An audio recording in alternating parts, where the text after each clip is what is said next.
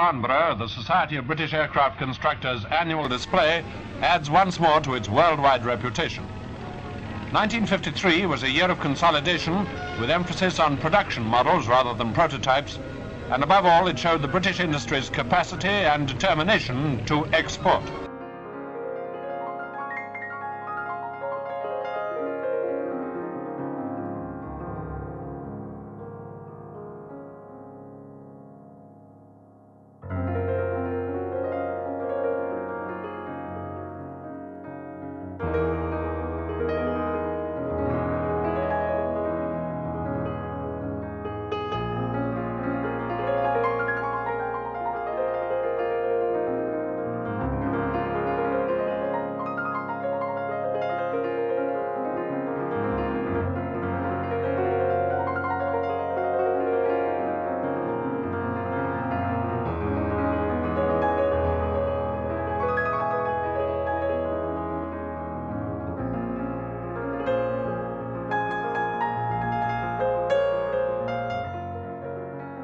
Sequences and the civil types.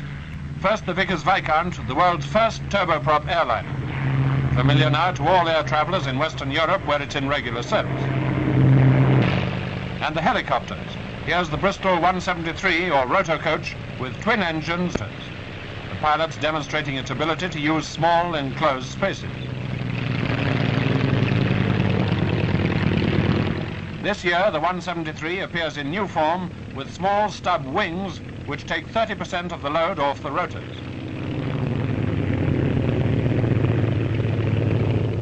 The Auster Eaglet, the light aircraft par excellence. Cheap to buy and the sort of aircraft which is popular with farmer and businessman. This model has dual controls for training.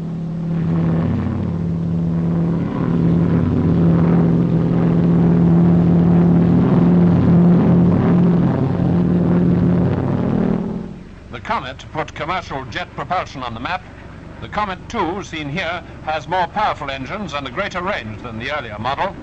It carries 44 passengers on stage lengths of over 2,000 miles and will soon be taking the South Atlantic in its stride. This large new freighter, the Blackburn Beverley, may look cumbersome in the air, but it carries over 20 tons of freight and can operate from small airfields with grass runways. It's on order for the Air Force, and commercial types are also being developed.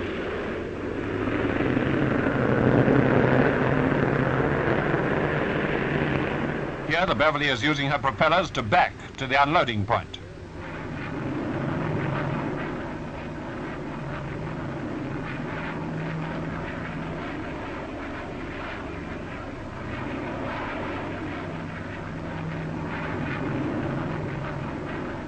The Princess flying boat, making a slow-speed fly-past over the runway, is fitted with turboprop engines of the same basic type as those in the Britannia.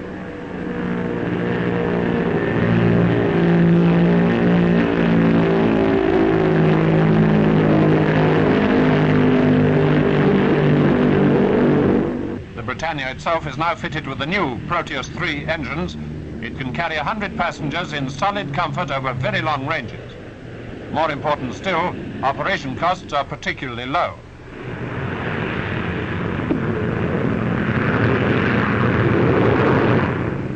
As the Britannia is brought into land, you get a glimpse inside the control tower.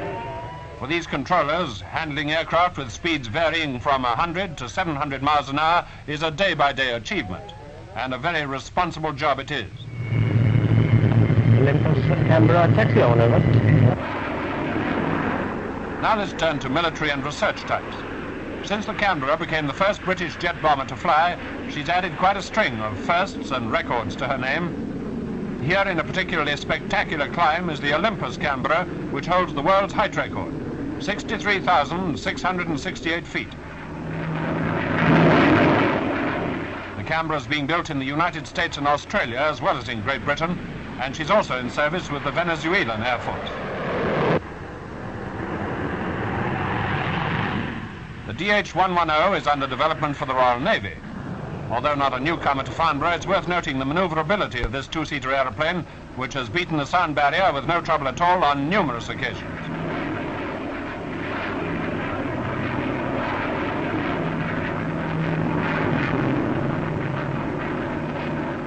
As a contrast, the short Seamew, also in production for the Navy. A turboprop anti-submarine aircraft which can take off and land from small escort carriers.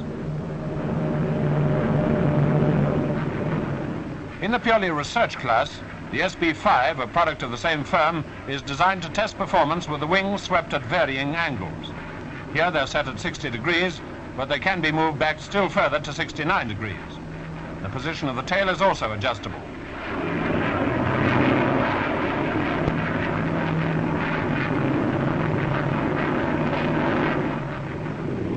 Another research aircraft, the Bolton Paul 111A, a very fast little delta wing type.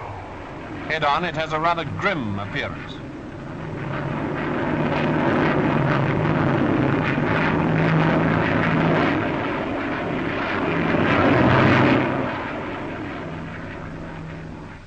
Among the fighters on show is the two-seater radar-carrying Gloucester Javelin.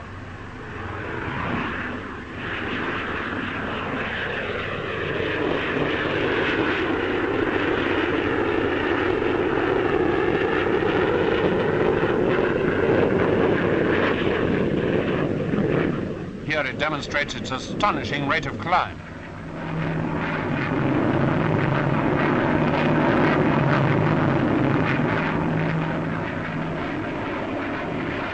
The Javelin, in super priority production for the RAF, has the delta wing, which makes it extremely maneuverable at both high and low altitudes. It's powered by two Sapphire engines.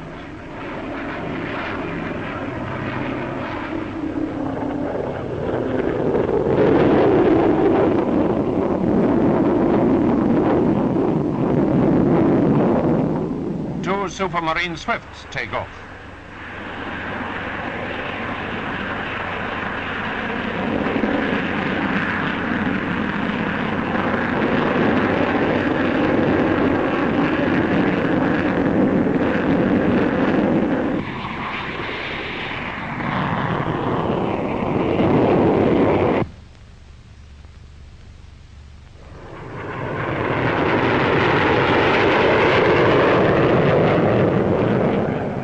Speed, climb and firepower, the Swifts are important newcomers to the fighter strength of Western Europe, and that's probably the impression formed by General Grunter as Supreme Commander of Shape.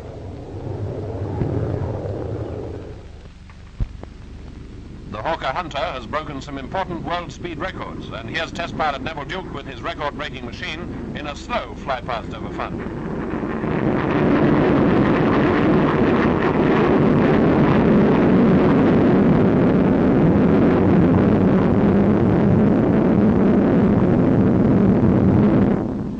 Like the Swift, is in super priority production for the RAF, and it's also being built under license in Holland and Belgium.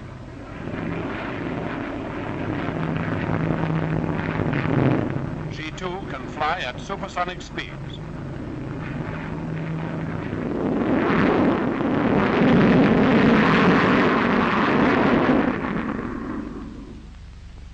That's one of the shock clouds characteristic of sonic flight. Now, wait for it.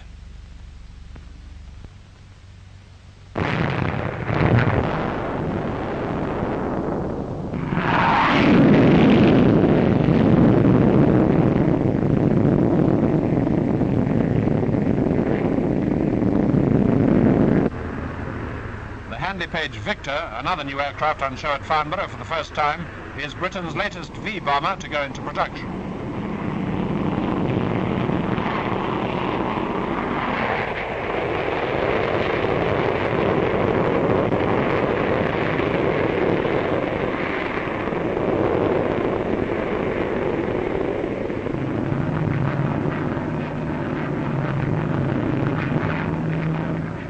Victor has crescent or scimitar wings, which its designers claim share the advantages of the delta and swept wings, thereby producing good high-altitude performance and easy landing.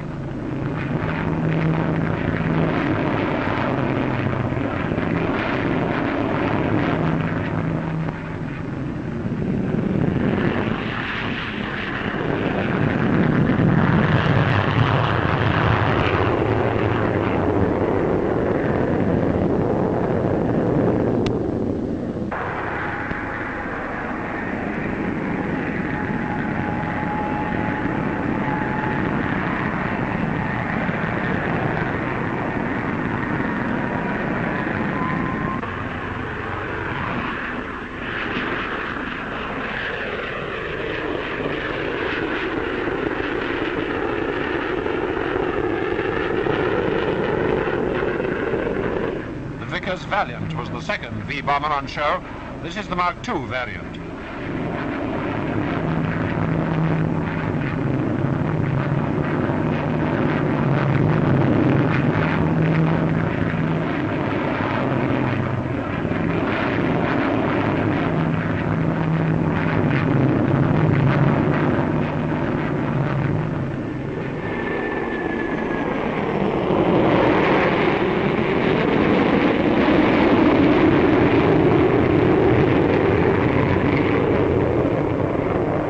Now the third V-bomber, the Vulcan.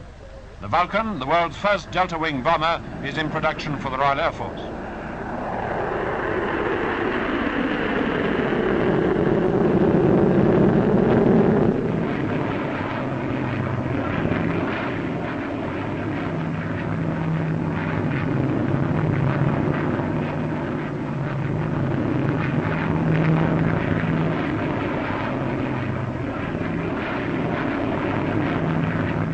Here we see the first two Vulcans taking the air.